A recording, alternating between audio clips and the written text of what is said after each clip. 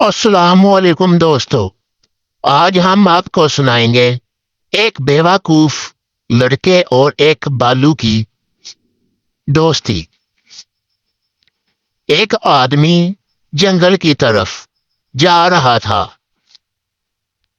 راستے میں اسے ایک بالو نظر آیا جو کانٹا لگنے کی وجہ سے بہت تڑپ رہا تھا۔ وہ رکا اور کانٹا نکال دیا۔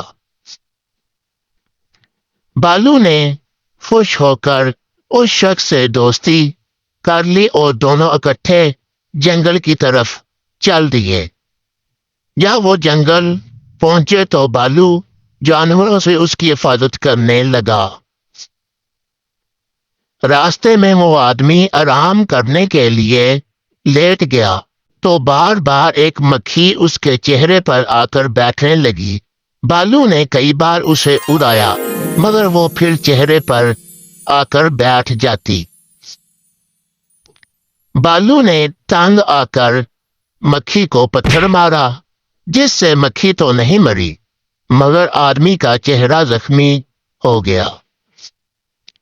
یاد رکھیں، بیوقوف کی دوستی اچھی نہیں کہ وہ فائدہ پہنچانا چاہے گا تو بھی ہو سکتا ہے کہ نقصان پہنچا بیٹھے۔